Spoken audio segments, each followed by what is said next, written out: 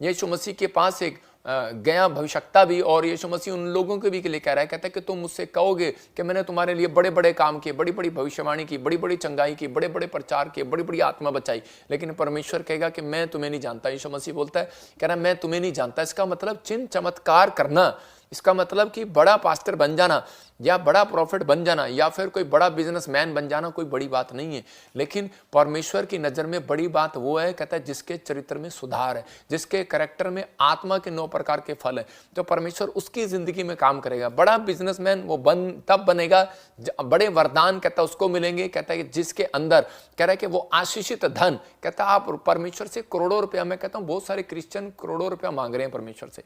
मैं कई लोगों को देखा कि परमेश्वर मुझे अरबों रुपए की फैक्ट्री खोल दे, करोड़ों रुपए का वो दे, मैंने देखा ही नहीं किसी के पास, आता ही नहीं है।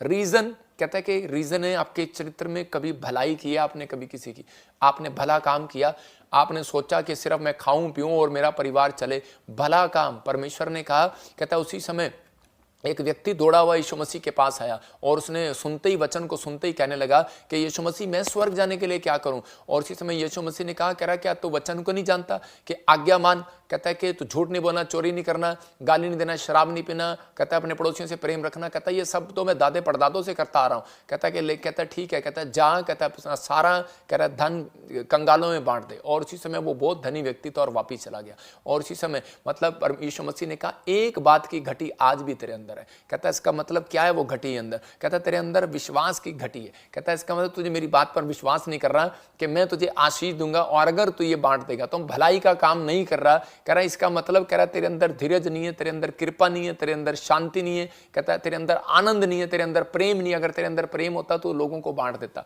तो लोगों की हेल्प कर देता, भलाई कर देता। इसलिए वो कहता है कि कहता मैं नरक ही चला जाऊंगा, और वो वापिस चला गया। मतलब इतने गुस्से में लोग चले जाते हैं। लेकिन आज परमेश्वर का आत्मा अपने लोगों को बता रहा है, आज लोग जो है आपस में फाइट करा रहे हैं। आप हम जब पढ़ते हैं इसी के, हम पढ़ेंगे 5 के 19 को और 21 को पढ़ेंगे। कौन लोग, मैं कह रहा हूं कि आप एक गेट पर लगाना, आपके घर में 2 गेट हैं। मैं कह रहा हूं जब आपके गेट खोलते हैं, बाहर वाला नहीं, जो आप अंदर वाला दरवाजा खोलते हैं। किसी के घर में इंग्लैंड अमेरिका में ये वाले दरवाजे होते हैं, सिंगल पट्टी वाला। लेकिन आजकल पुराने समय में 2 दरवाजे होते थे, 2 दरवाजे। अगर नहीं है तो आप अपने गेट पर लगाओ, अपने शीशे पर लगाओ।